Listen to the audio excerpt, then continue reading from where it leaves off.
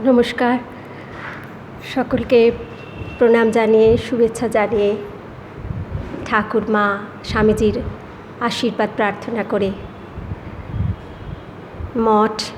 মঠের সাধু মহারাজদেরকে ভক্তিপূর্ণ প্রণাম জানিয়ে আমরা আজকের অনুধ্যান শুরু করছি। আজকে আমরা মায়ের কথা শুনব। আমরা গতদিন যখন মায়ের কথা শুনেছিলাম, আমরা দেখেছিলাম যে মা কামারপুকুরে এসেছেন ঠাকুরের ডাকে। কেন না, ঠাকুর তন্ত্র সাধনা শুধুই নয়, তোতাপুরীর কাছে যোগ সাধনা কমপ্লিট করবার পরে তিনি ভৈরবী ব্রাহ্মণীকে সঙ্গে নিয়ে কামারপুকুরে এসেছেন আর ডাক পাঠিয়েছেন মায়ের কাছে যে আমি এসেছি, তুমিও এসো। আর সেখানে আমরা দেখেছি যে ভৈরবী ব্রাহ্মণী যেরকম সন্তান জ্ঞানে ঠাকুরকে দক্ষিণেশ্বরেও বড় যত্ন করেছেন। আগের দিনই আমরা শুনছিলাম যেরকম ভৈরবী ব্রাহ্মণী ঠাকুরের তন্ত্র সাধনার জন্য কত কষ্ট করে, কত কিছু জোগাড় করে নিয়ে আসছিলেন, যেন মায়ের মতো। ঠিক সেই রকমই ওই জয়রামবাটিতে কামারপুকুরে গিয়েও ঠাকুরের জন্য তার এতটুকু মায়ের যেরকম ভালোবাসা, সেই মাতৃসমা ভালোবাসার কোনো হেরফের হচ্ছে না। তখন তিনি ঠাকুরের জন্য রান্না করছেন, আর মা হয়েছে তার বৌমা। মায়ের বয়স তো বেশি নয়, কিশোরী। তিনি আবার এই ভৈরবী ব্রাহ্মণীকে শাশুড়ি সমা জ্ঞান করে যত্ন আত্তি করছেন, শ্রদ্ধা করছেন, সমীহ করছেন। ভৈরবী ব্রাহ্মণীর চেহারা খুব সুন্দর, ডাকসাইটে মহিলা, অত পণ্ডিত তিনি এবং সাধ্বী, সিদ্ধি লাভ করা সাধ্বী। সেজন্য খুব যত্ন করছেন ঠাকুরকে, আর মা সাথ দিচ্ছেন। সেইখানে একটা ত্রিকোণ সম্পর্ক তৈরি হবে ঠাকুর, মা এবং এই ভৈরবী ব্রাহ্মণীর মধ্যে। এই ত্রিকোণ সম্পর্কটা আমরা সবাই মোটামুটি বুঝি, কারণ বাড়িতে আমরা এই সম্পর্কের আঁচ প্রত্যেকেই প্রায় পেয়েছি। কীরকম? এই যে পুত্রের প্রতি মায়ের যে একটা ভালোবাসা, অন্ধ ভালোবাসা, তাকে কাছছাড়া করতে চায় না। ছোট্ট পুত্র, তাকেও যেরকম স্নেহের অঞ্চলের মধ্যে ঢেকে রাখতে চায় মা, যত্ন করতে চায়।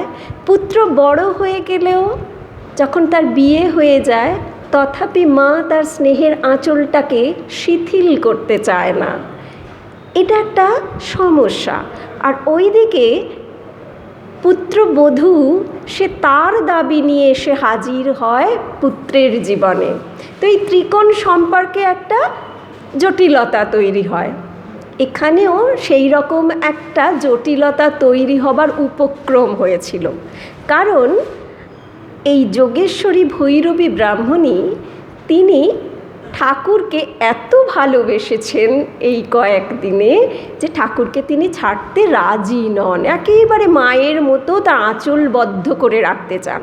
তার ভয় যে মায়ের সঙ্গে মেশামেশি করলে হয়তোবা ঠাকুরের কোনো রকম পতন হয়ে যাবে। এই থেকে তার মনে একটা দ্বন্দ্ব, তাই ঠাকুরকে মায়ের কাছাকাছি যেতে দিতে চাইছে না। কিন্তু আমরা আগের দিন দেখেছি মা আর ঠাকুরের কথা শেষ হচ্ছে না। খাবার পরে রাত জেগে ঠাকুর আর মা, এই দুটি দম্পতি বসে বসে গল্প করছে এবং রাত কেটে যাচ্ছে। এই গল্পের মধ্যে নিশ্চয়ই সেখানে সাংসারিক কথা নেই, কারণ ঠাকুর সেখানে শেখাচ্ছেন। পরবর্তীকালেও আমরা দেখছি যে এই সংসার কিছু না, ছায়া মাত্র। এই সন্তানও কিছু না, দরকার নেই, তুমি হাজারো সন্তানের মা হতে পারো।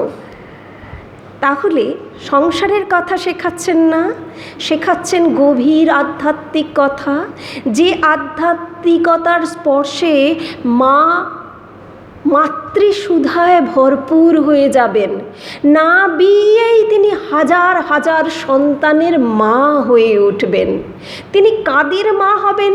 সাধুর মা হবেন, একই সঙ্গে তিনি অসাধুর মাও হবেন। যে ছেলে ধুলো কাদা মাখবে, সেই সমস্ত ধুলো কাদা মাখা ছেলের দিকেও মা দৌড়ে যাবেন দুহাত বাড়িয়ে। কেন না, হোক ধুলো কাদা মাখা, ও মেখেছে কাদা, কিন্তু ও আমারই সন্তান। আমি যদি না ওকে কোলে তুলে নিই, তাহলে আমার সন্তানের ধুলো কাদা ঝাড়বে কে? আমি সেই মা। এই গর্ভধারিণী মা না হয়েও এই যে মাতৃসুধা, এই সুধায় ঠাকুর ভরে ভরে দিচ্ছেন মাকে। এইটি ভৈরবী ঠাকুরানী, তিনি অনেক পণ্ডিত বটে, তিনি সিদ্ধ বটে, সাধনা করেছেন বটে, কিন্তু মায়ের এই তপস্যার শুরু তিনি বুঝতে পারেননি। সেইখানে একটা শিক্ষা ভৈরবী ব্রাহ্মণীর জীবনে ঘটবে, সেটা আমরা পরে দেখব। আজকে আমরা মায়ের এই যে ধুলো কাদা মাখা ছেলে যারা, মা কেমন করে তাদের ধুলো ঝেড়ে কোলে তুলে নেন তার কিছু প্রমাণ দেখব। আর দেখব যে আমাদের মা, যিনি লেখাপড়া শেখেননি ইউনিভার্সিটিতে গিয়ে, স্কুলে গিয়ে, কিন্তু তার শেখার ইচ্ছাটা খুব প্রবল ছিল। ঠাকুর যখন অসুস্থ অবস্থায় শামপুকুর বাটিতে রয়েছেন, তখন মা এমনি দিনাতিপাত করছেন, অবহেলায়, অবসরে তা কিন্তু না। পুকুর ঘাটে একটি মেয়ে আসছে কিছু কাজ করতে, ধুতে। মেয়েটি একটু লেখাপড়া জানে।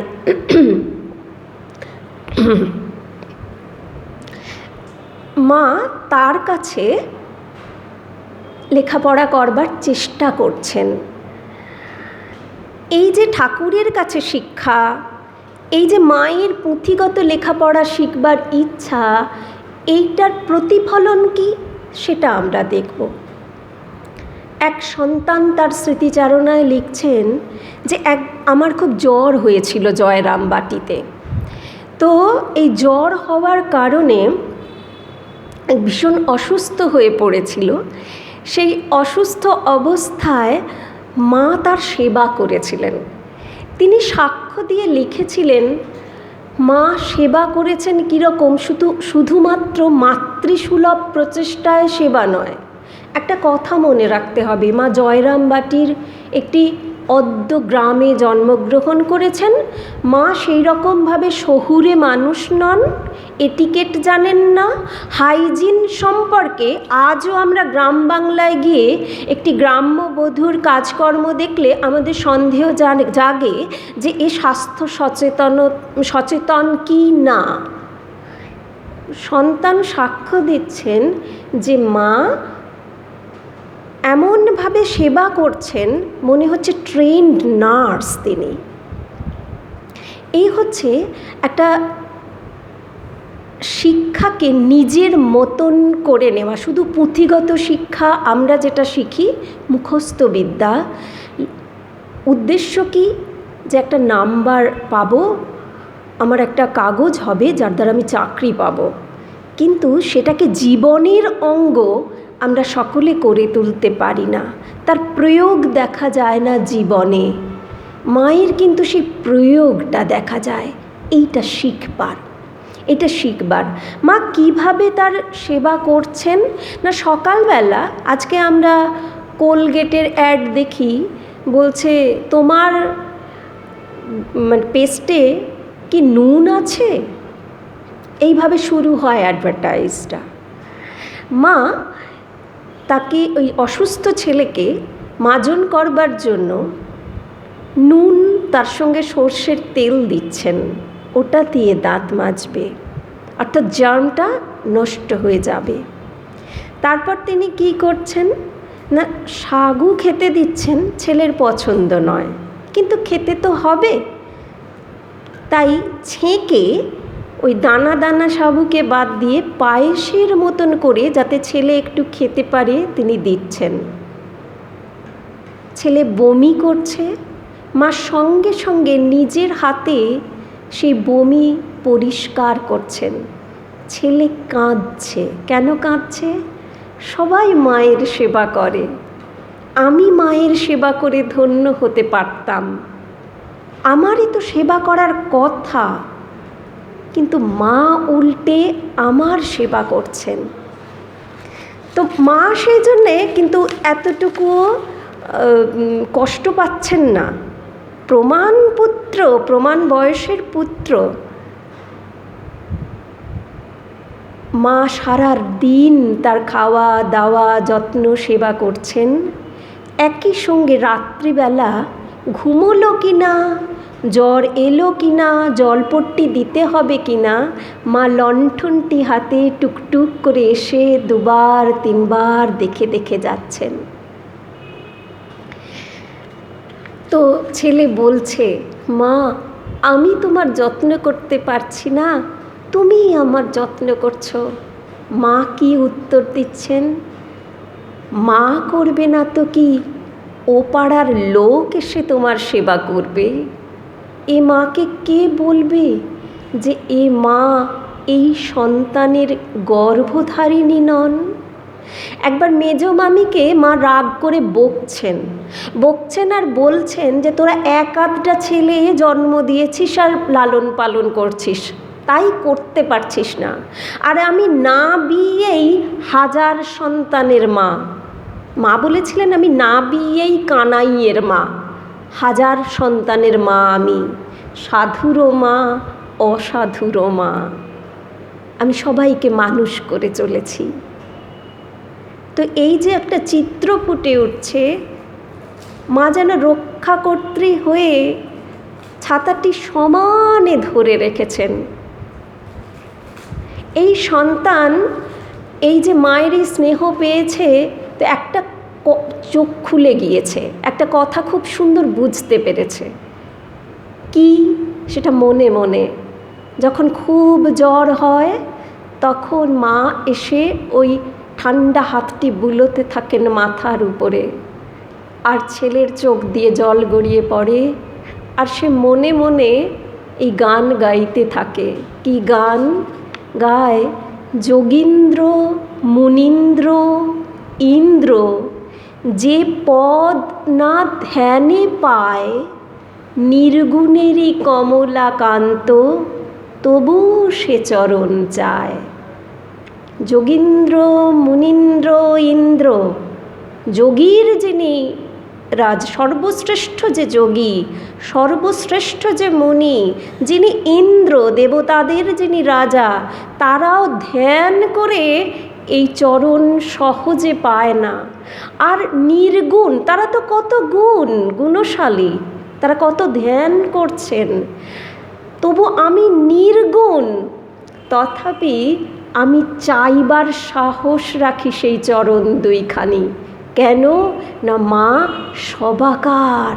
আমাদের এই মা সেই বিশ্বাস দেন মনে মনে প্রাণে।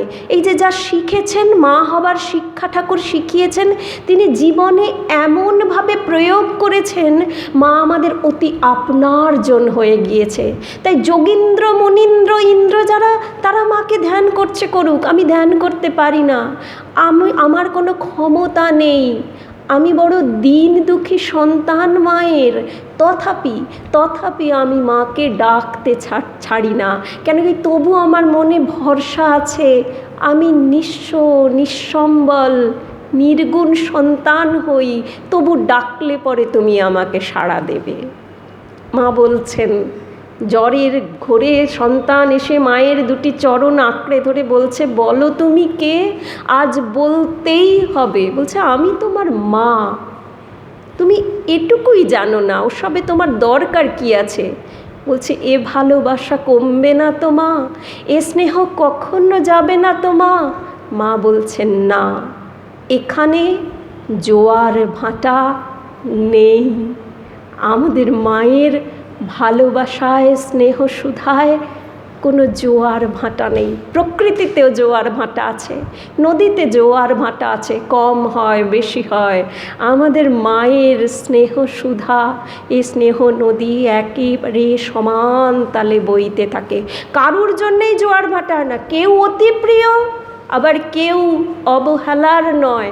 প্রত্যেকের অধিকার, সে যোগীন্দ্র হোক আর নির্গুণ হোক, প্রত্যেকের সমান অধিকার মায়ের কাছে। তারই একটা উদাহরণ দিই। আজকের রাখি বন্ধন, এটা সাধারণত ভাই বোনের ক্ষেত্রে রক্ষা করার সঙ্গে একটা সম্পর্ক রয়েছে। আমি বলি, আমরা মায়ের থেকে, ঠাকুরের থেকে এই বন্ধন নিয়েই জন্মেছি, তাই আমাদের কোনো ভয় নেই। বাইরের রাখি পড়তে পেলাম না পেলাম সেটা বড় কথা নয়। রক্ষাকর্তা যিনি, ওই মা, ওই ঠাকুর, তিনি আমাদের হাতে রক্ষা বন্ধন পরিয়েই, ওই রক্ষা গ্রন্থি পরিয়েই আমাদের পাঠিয়েছেন। তাই আমাদের কোনো ভয় নেই। বিপদ হোক, আপদ হোক, শুধু আকুলভাবে ডাকা, মা তুমি দেখা দাও। তেমনই এক সন্তানের কথা বলি আজকে। এই সন্তান হচ্ছে ঠাকুরের সঙ্গে দেখা হয়েছিল। কথামৃততে এর কথা আমরা পাই। 1884 সালে প্রথম ঠাকুরের সঙ্গে তার দেখা হয়। মাস্টারমশাইয়ের কাছে পড়তো, স্কুলে পড়তো এই ছেলেটি। অনেক ছেলে পূর্ণ এদের সঙ্গেই এই ছেলেটি ঠাকুরের কাছে এসেছিল। নাম তার বিনোদ বিহারী সোম। পরবর্তীকালে আমরা তাকে যখন মায়ের জীবনে একে পাচ্ছি, ঠাকুরের কথামৃতের পাতায় আমরা 3 বার একে পাই। 1885 সালে 3 বার, 1885 সালে একবার বলরাম বাবুর বাড়িতে দেখা হয়েছে। ঠাকুর বলছেন, তুই দক্ষিণেশ্বরে যাস না কেন? আর বলছে, আমার শরীরটা ভালো নেই, যেতে ইচ্ছা কিন্তু ভয় হয়। কি ভয় বিনোদ বিহারী লেখেনি, আমরাও জানি না। কি ভয় আমরা জানি না। এর পরের বার যখন ঠাকুরের সঙ্গে বোধ হয় দেখা হয়েছে, কারণ ঠাকুর তার কথা বলছেন মাস্টারমশাইকে, বলছেন আমরা দেখছি বিনোদের বিয়ে হয়ে গিয়েছে। আর সে ঠাকুরকে বলছে, স্ত্রীর সঙ্গে শুতে হয়, তাই মনে বড় কষ্ট হয়। অর্থাৎ ওই যে ঠাকুরের কাছে সে এসেছিল ছোটবেলায়, আর ঠাকুর তাকে তখন বড় ভালোবাসতেন। কেন না, তার ভগবানের কথা মনে করতে করতে ভাব হয়, রোমাঞ্চ হয়, চোখে জল আসে, তাই ঠাকুর বড় ভালোবাসেন তাকে। এখন বিনোদের বিয়ে হয়েছে, বিনোদ বিয়ে করেছে, আনন্দে থাকবে, কিন্তু তার বুকে কষ্ট বাজছে। কেন? বউয়ের সঙ্গে শুতে হয় বলে। ঠাকুর বলছেন, সঙ্গ করুক চাই নাই করুক, পাশে শোয়াও খারাপ। মাস্টারমশাইয়ের শালার কথা বলছেন যে তার বিয়ে হয়েছে, দ্বিজ তার নাম। না, তার বিয়ে হয়নি, সে খালি বসে। তার বাবা চায় না যে ঠাকুরের কাছে সে আসে, কিন্তু সে ঠাকুরের কাছে এসে বসে, আর মাঝে মাঝে ঠাকুরের দিকে 2টি নয়ন তুলে চায়। সেই নয়ন দুটিতে এত সমর্পণের ভঙ্গিমা যে ঠাকুর বলছেন যে এই যে সমর্পণ হলো, তো সব হলো। এইটাই তো চাই। দেহ মনে প্রাণে যদি সমর্পণ হয়, এর কাছে আসে, তাহলে সব হয়। এই বিনোদ বিহারী ঠাকুরের জীবনে আর নেই, কারণ এ যুবক অবস্থাতে গিরিশ ঘোষের সঙ্গে থিয়েটার করছে আমরা দেখতে পাই। সেখানে সে স্বনামধন্য। এখন সে মদ্যপায়ী এক যুবক হয়েছে। এবং এই মদের নেশা তাকে এমন গ্রাস করে ফেলেছে যে হৃত সর্বস্ব হয়ে গিয়েছে। কানাকড়ি পয়সা নেই, কেউ দুটি দিলে তার দিন চলে। সে বিয়ে করেছিল তো শুনলাম তার ছেলে মেয়েও হয়েছে।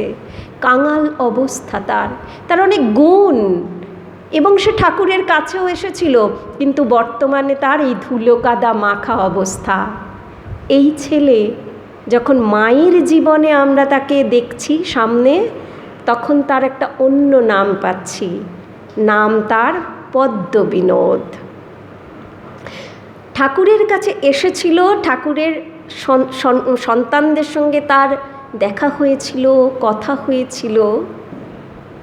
ঠাকুরের কাছে প্রিয় সন্তান সে হতে পারেনি হয়তো এইভাবে, যেমন নরেন হয়েছিল, যেমন শারদানন্দজি হয়েছিলেন, তেমন করে না, কিন্তু সে যে ঠাকুরের দৃষ্টিপথের বাইরে যায়নি। গুরু শক্তির যে কি মাহাত্ম্য, যে আমরা যদি গুরুকে ছেড়েও দিই, যদি একবার গুরু শক্তি আমাকে স্পর্শ করে, তো কোনোভাবেই সেই শক্তির স্পর্শচ্যুত আমি আর হতে পারবো না। তারই প্রমাণ দেবে পদ্মবিনোদ। শারদানন্দজির কাছে আসে সে মাঝে মাঝে। সমাজে সে পরিত্যাজ্য, মদ খেকো, বকে যাওয়া একটা মানুষ, হৃত সর্বস্ব একটা মানুষ, তাকে কে খুব আদর করে বসায় একজন যার হৃদয়ে মায়ের ভালোবাসাটুকু রয়েছে। তিনি পুরুষ বটে, তিনি সন্ন্যাসী বটে, কিন্তু তার হৃদয়ে মা রয়েছেন। তিনি আমাদের স্বামী শারদানন্দজি। তাকে দোস্ত বলে পদ্মবিনোদ। আসে, সুখ দুঃখের কথা বলে, চলে যায়, কিন্তু তার কোনো আশার ঠিক নেই। সে যখন থিয়েটার সেরে যায় মদ খেয়ে চুর হয়ে, তখন টলতে টলতে সে মহারাজের কাছে আসে। মহারাজ সব সহ্য করেন, আর কারুর কাছে ঠাঁই না থাকুক, তার কাছে আছে। দোস্ত বলে পদ্মবিনোদ। মা রয়েছেন উদ্বোধনে। পদ্মবিনোদ গভীর রাতে টলতে টলতে এসেছে, টোকা মারছে শারদানন্দজির ঘরের দরজায়। শুয়ে রয়েছে সেখানে শারদানন্দজি, আরও সব মায়ের সন্তানেরা। তারা প্রথম দেখছে পদ্মবিনোদকে, তারা আগে দেখেনি। শারদানন্দজি চুপি চুপি বলছেন, কেউ উঠবেও না, সাড়াও করবে না। পদ্মবিনোদ দোস্ত দোস্ত বলে খুব ডাকাডাকি করছে, কিন্তু শারদানন্দজি বলছেন ওপরে মা আছেন, ও মদের ঘুরে চেঁচামেচি করবে আর মায়ের ঘুমটি ভেঙে যাবে। মহারাজের সব থেকে প্রিয় ব্যাপার কি? মায়ের সেবা করা। সর্বশ্রেষ্ঠ ধর্ম কি? মায়ের সেবা করা।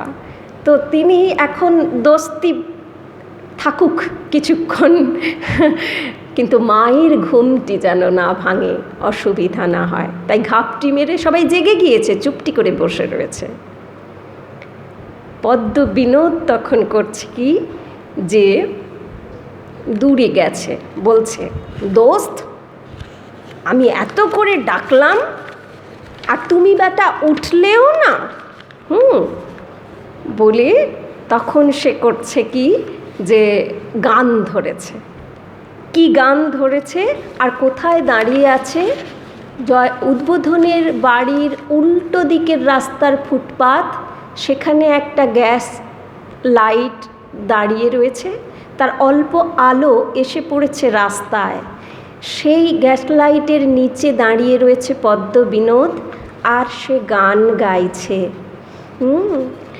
গান গাইবার আগে সে চিৎকার করছে। কি চিৎকার করছে?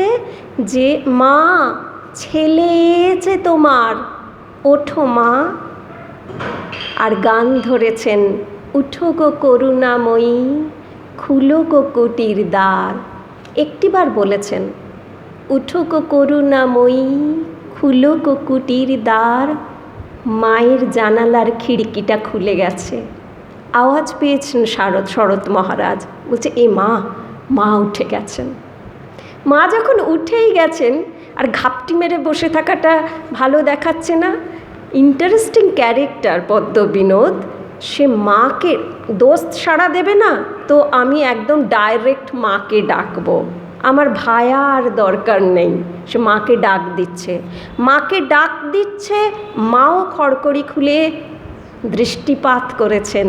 তো সবাই ছেলেরা আগ্রহী হয়ে তাদের জানালার খড়খড়িটা খুলে দেখতে চেষ্টা করছে যে দেখি কি হয় ঘটনাটা। দেখছেন সে গান গাইছে, আধারে হেরিতে নারী হৃদি কাঁপে অনিবার, সন্তানে রাখি বাহিরে আছো সুখে অন্তঃপুরে, আমি ডাকিতেছি মা মা বলে নিদ্রা কি ভাঙে না তোমার। এই চতুর্থ লাইনটা যখনই বলেছে আমি ডাকিতেছি মা মা বলে নিদ্রা কি ভাঙে না তোমার, মা শুধু খড়খড়ি নয়, জানালাটা হাট করে খুলে দিয়ে দাঁড়িয়েছেন। পদ্মবিনোদ দেখতে পেয়েছেন, বলছেন যে উঠেছ মা, সন্তানের ডাক কানে গেছে, উঠেছ তো পেন নাম নাও। মায়ের এই উপরের দোতলা থেকে দৃষ্টিপাতে ওই ধুলো, রাস্তার ওই পারের ধুলো পুণ্য ধুলোয় পরিণত হয়েছে। আর পদ্মবিনোদ যাতে মাতাল তালে ঠিক, সে তো কোনো মাতলামি করল না, সে ওই ধুলোয় গড়াগড়ি দিতে লাগলো, পেন নাম নাও মা। তারপর এই তার পেন নামের পেন নামের ধরন, উঠে ওই ধুলি যেখানে মায়ের পুণ্য দৃষ্টি পড়েছে সেই ধুলো মাথায় নিয়ে সে চলে যাচ্ছে। একটিও আজে বাজে কথা, একটুও মাতলামি পদ্মবিনোদ করল না, যাচ্ছে আর গান গাইছে। কি গান গাইছে? যতনে হৃদয়ে রেখো আদরিনী শ্যামা মাকে, মন তুমি দেখো আর আমি দেখি, আর যেন কেউ নাহি দেখে। ঘুরে এসে আখর দিচ্ছে, তখনও একটু রাগ আছে যে দোস্ত আমার ডাকে আজ সাড়া দেয়নি, তাই বলছে আমি দেখি, দোস্ত না দেখে। চলে গেল। পরের দিন মা জিজ্ঞাসা করছেন ছেলেটি কে? সন্তান, এই সন্তান হচ্ছে আশুতোষ মিত্র, শারদানন্দজির মানে ত্রিগুণাতীতানন্দজি, শারদানন্দজি না, শারদা মহারাজ ত্রিগুণাতীতানন্দজির ভাই। ইনি মায়ের বড় স্নেহের সন্তান। তাকে জিজ্ঞাসা করছেন কে ওই ছেলেটি। মা কিন্তু এর আগে কখনো বিনোদবিহারী সোমের কথাও শোনেননি, পদ্মবিনোদের কথাও জানেন না, এই প্রথম দেখা। তো বলছে সব কথা।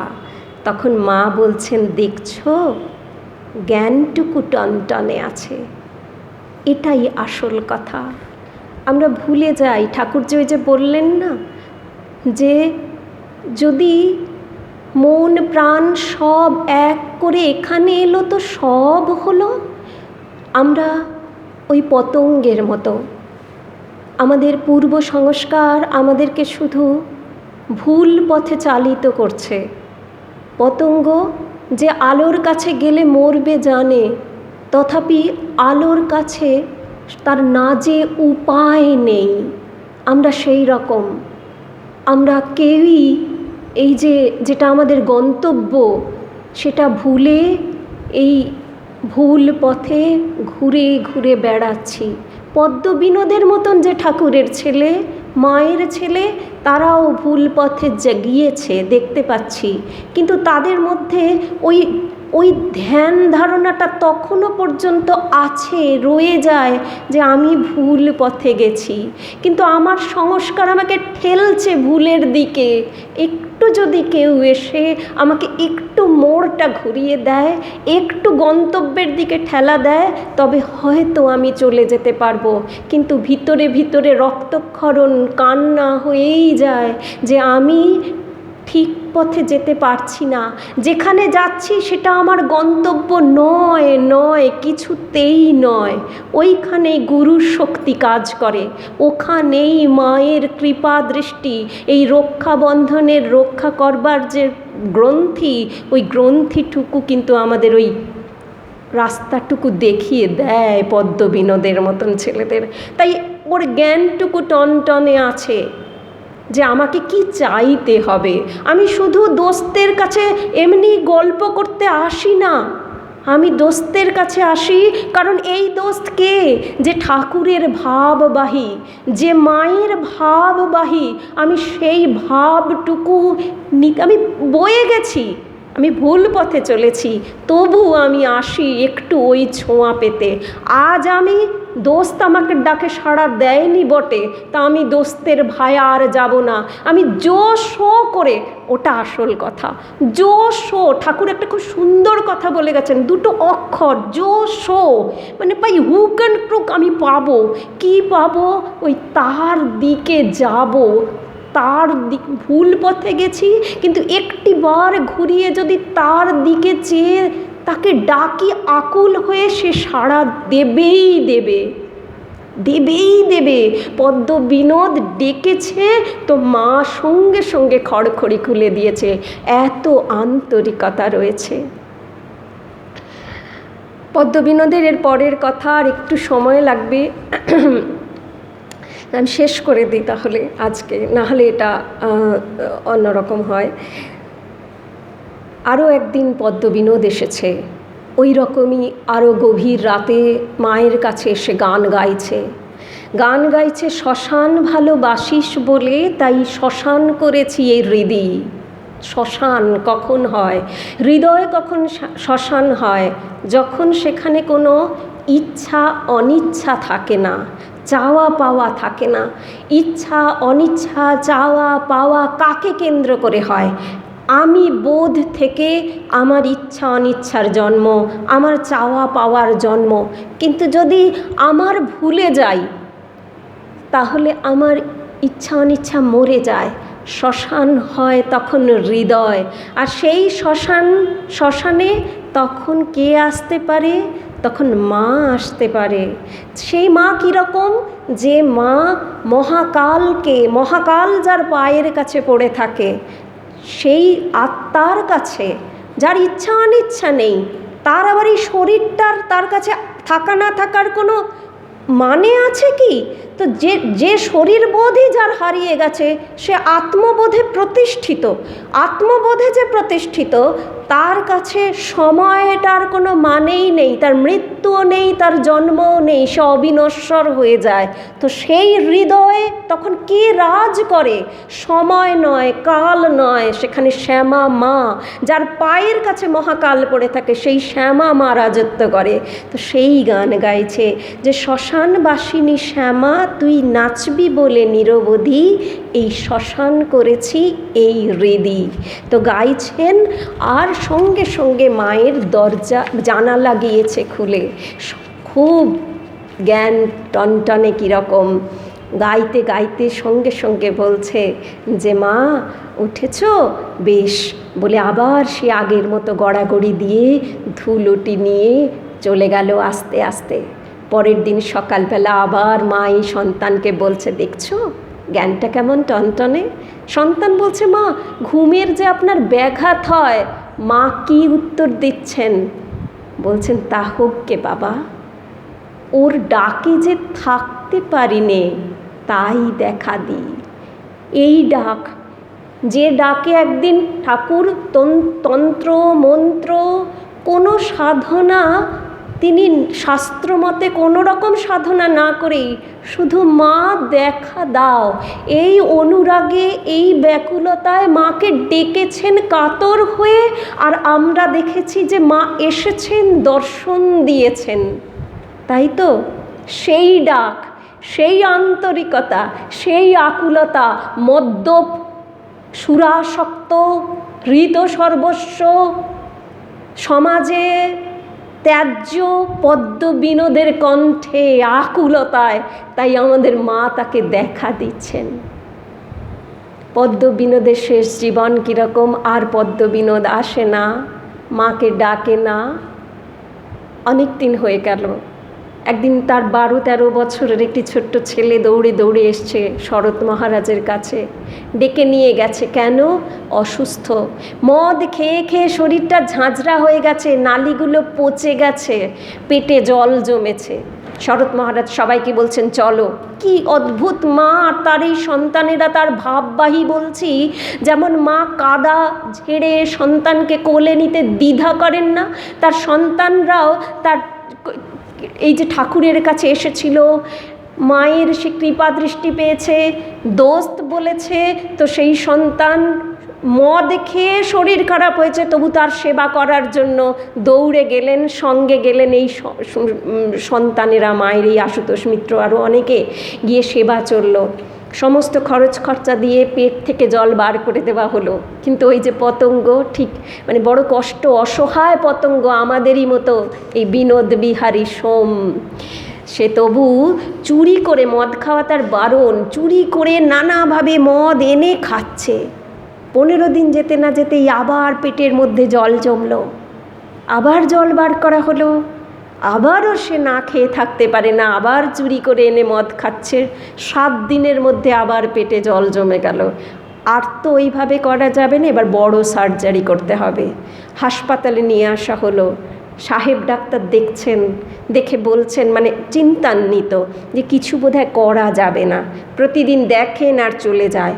রুগী ভীষণ যন্ত্রণা পাচ্ছে, যন্ত্রণায় চিৎকার করতে করতে বলছে, সাহেব ডাক্তার, আমি তো ভাবতাম ইংরেজ খুব সাহসী, তোমরা কেন আমার সার্জারি করছো না আমি যখন বলছি? পরের দিন সার্জারি করা হলো। সাহেব ডাক্তার বলছে, এই নিয়ে 22তম রুগী, এটা 21 জন বেঁচেছে, এটা বাঁচবে না, সব পচে গেছে ভিতরে। সার্জারি করা হলো, হাত পা বেঁধে দেওয়া হচ্ছে বেডে নিয়ে এসে, কারণ কিছু খাওয়া চলবে না, মদ টদ তো দূর, এমনি কিছুই খাওয়া চলবে না, একটু হালকা গরম জল ছাড়া আর কিছু না।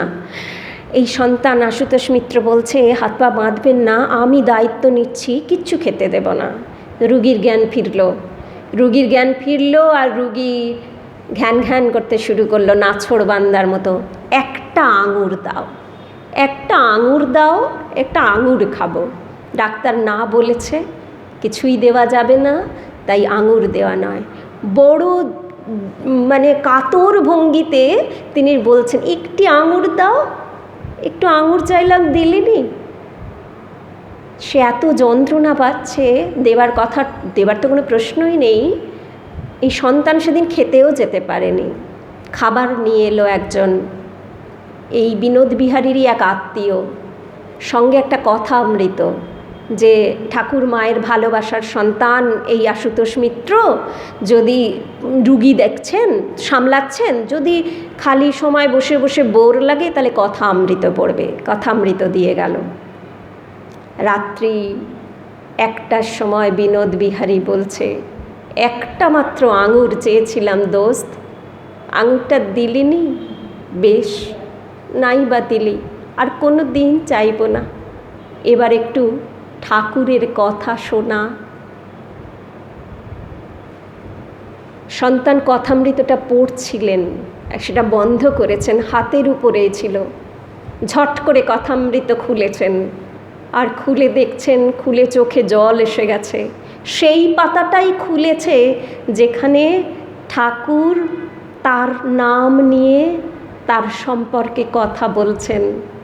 কি বলছেন? বলছেন, বিনোদ কেমন আছে? ভালো আছে তো? বিনোদকে, তারপর কথামৃতকার সেখানে লিখেছেন, ঠাকুর বিনোদকে বড় ভালোবাসেন, কারণ সে ভগবানের নাম করতে করতে ভাবস্থ হয়, রোমাঞ্চ হয়, চোখে জল আসে, তাই ঠাকুর বিনোদকে বড় ভালোবাসে। এই কথাটা শেষ হয়েছে, আর বিনোদের 2 চোখ দিয়ে জল গড়িয়ে পড়ছে। রামকৃষ্ণ নাম একটি বার মাত্র উচ্চারিত হলো, বিনোদ বিহারী চোখ বুঝল। তো মাকে এসে বলছে পরের দিন জানো তো মা, এরকম ঘটনা ঘটেছে। মা বলছে, তা হবে না, ঠাকুরের ছেলে যে কাদা মেখেছিল, কাদা সরে যেতেই ঠাকুর বুকে তুলে নিলেন। সন্তান বলছে, ঠাকুরকে তো দেখিনি, তাই মানি না। বলে, তবে তোমার কি মত? যা দেখেছি তা বলতে পারি। কি সেটা? তুমি যে, সন্তান বলছে, কি বিশ্বাস? বলছে, তুমি যে রাস্তার ওফুট থেকে ওই গ্যাস লাইটের নিচে দাঁড়িয়ে থাকা পদ্ম বিনোদের ডাকে, গানে সাড়া দিয়ে দরজার জানালার কপাট খুলে একটিবার কৃপা দৃষ্টি দিয়েছ, ওতেই তার জ্ঞানের নাড়ি খুলে গেছে, ওতেই সে উদ্ধার হয়েছে, তার মোড় ঘুরে গেছে। এই হচ্ছে রক্ষাকর্ত্রী, রক্ষাকর্তা আমাদের মা, আমাদের ঠাকুর। যতই আমরা ভুল পথে চলে যাই, একটু যদি তার দিকে ঘুরে মা বলে ডাকি, তাদের জানালা খুলবেই, তারা আমাদের বুকে কোলে তুলে নেবেনই নেবেন। জয় মা, জয় ঠাকুর, জয় স্বামীজি।